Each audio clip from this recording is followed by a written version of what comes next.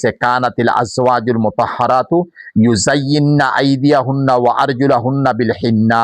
নবী সাল্লাল্লাহু আলাইহি সাল্লামের বিবিনতে ঈদর রাইত আওয়ার পরে কিছু সময় বার করিয়া তাইন আতফার মধ্যে মন্দি লাগাইতা। তে আমরা মা বনি হাদিস শরীফ গেছে উম্মতে মুহাম্মদির আল্লাহ 5টা অফার দিছেন, পুরস্কার দিছেন, অন্য উম্মতরে দিছেন না। এর মধ্যে লাস্ট আমার মতলব লাস্ট ইয়া হলো ওয়ায়ুগফারু লাহুম ফি আখিরি লাইলা। আখেরি রাতকুর মধ্যে আল্লাহ উম্মতে মুহাম্মদিরে মাফ করে দিবা। কিলা ইয়া রাসূলুল্লাহ আহিয়া লাইলাতুল কদর।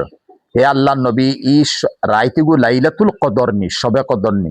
নবী যে কইসলা লা ওয়ালাকিন্নাল আমিলা ইন্নামা ইউয়াফা আজরু ইজা কদা আমালা।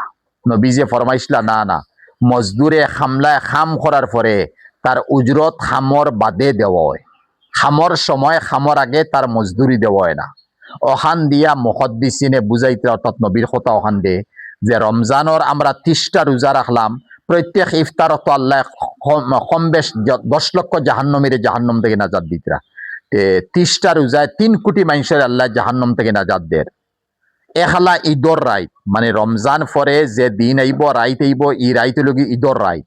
সারা রমজান শরীফ যত মানুষের আল্লাহ মাফ দিবা, এখলা ঈদর রাইতকুর মধ্যে আল্লাহ তো ইনসান জিন্নাতে মাফ করে দিবা। যার কারণে আমরা শুধু রমজানও গুরুত্ব দিয়া বই রইছি, বই ইলা নাই, বরং আনেওয়ালা যে আমরা ঈদুল ফিতর মানে ঈদর রাত যেগু আছে, ও রাত জাগিয়া থাকার চেষ্টা করতাম।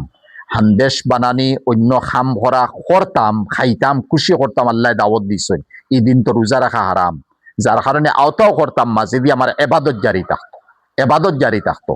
তাহাজ্জুদও পড়িতাম, সালাতুত তাসবিহ পড়িতাম, তিলাওয়াতও করতাম। কারণ সারা রমজানে যত মানুষের মাফ দেওয়া হয়েছে, একলা ঈদর রায় তত মানুষের আল্লাহ মাফ দিবা। আবার আমার মুর্দে গানো লাগে আমি দোয়া করতাম। আমার হায়াত হইতো, আরো রমজান ফাইতাম, ঈদ ফাইতাম, ওলা দোয়া করতাম। আল্লাহ তন্দুরুস্ত দিত, সুস্থতা দিত। চেয়ার বইয়া নমাজ পড়তাম না, মাটিত বইয়া নমাজ পড়তাম না, বরং যেভাবে রুকু সজদা আদায় করে ওটা দোয়া হল আমরা রাতকুর মধ্যে করতাম। আবার অন্য হাদিসের মধ্যে গেছে কানাতিল আজওয়াজুল মুতাহহারাতু ইউযায়্যিননা আইদিয়াহুন্না ওয়া আরজুলাহুন্না বিল হিন্না। নবী সাল্লাল্লাহু আলাইহি সাল্লামের বিবিনতে ঈদর রাইত আওয়ার পরে কিছু সময় বার করিয়া তাইন আতফার মধ্যে মন্দি লাগাইতা।